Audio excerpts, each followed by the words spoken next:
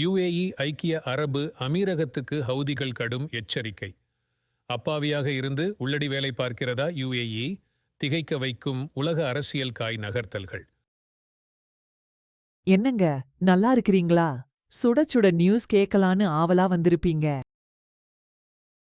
Israel அல்லாத கப்பல்களைத் தாக்க கூலிப்படையினரை நியமித்தால் ஐக்கிய அரபு அமீரகம் மீது தாக்குதல் நடத்தப்படும் என்று ஹவுத்திகள் எச்சரிக்கை.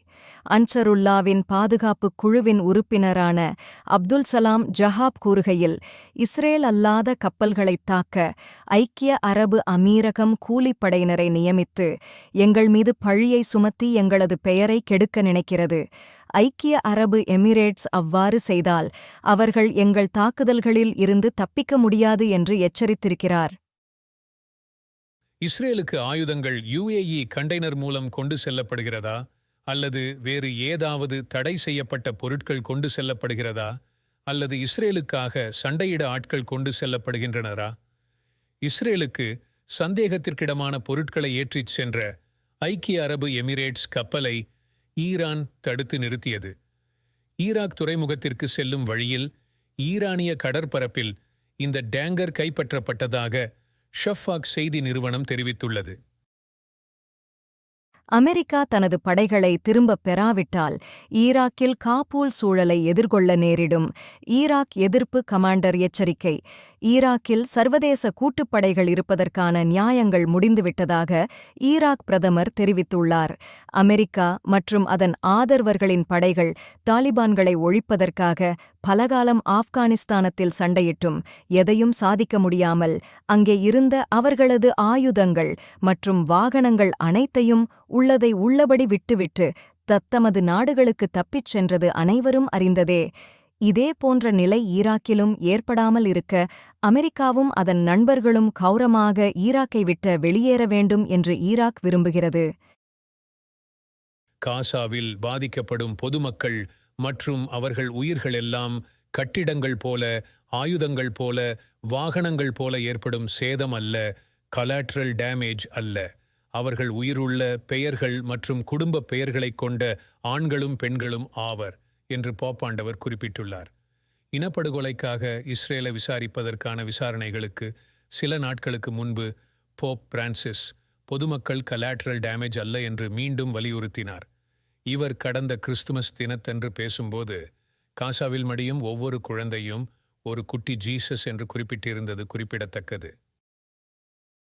இங்கு காட்டப்படும் பட்டியலைப் பாருங்கள். இதனால்தான் அமெரிக்காவும் அதன் நட்பு நாடுகளும் ஹவுத்தி கிளர்ச்சியாளர்கள் மீது தாக்குதல் நடத்த தயக்கம் காட்டுகின்றன.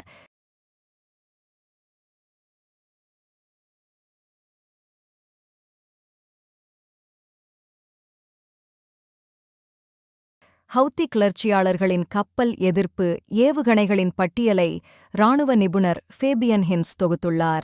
ஏமன் கணக்கிடப்பட வேண்டிய ஒரு சக்தி.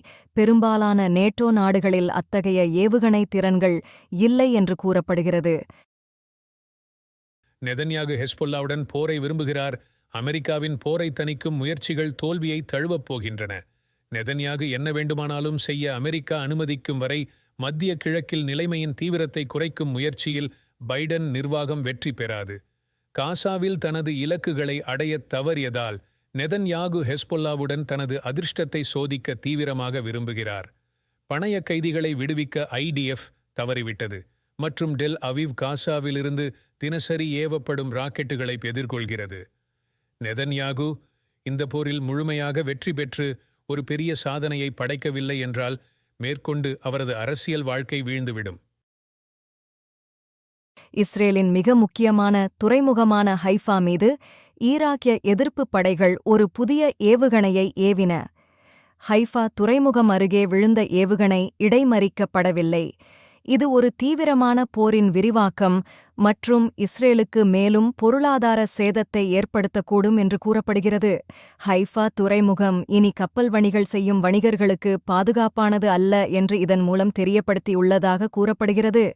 மற்றொரு எக்ஸ் வலைப்பக்க செய்தியில் ஈராக்கிய எதிர்ப்புப் படைகள் தங்கள் புதிய குரூஸ் ஏவுகணை மூலம் மத்திய கிழக்கில் அதிர்வலைகளை ஏற்படுத்த முயற்சிக்கின்றன. இது உண்மையில் ஒரு தீவிரமான அதிகரிப்பு என்றால் அது நிச்சயமாக இஸ்ரேலுக்கு சில பொருளாதார தலைவலிக்கு வழிவகுக்கும் என்றும் தெரிவிக்கப்பட்டிருக்கிறது.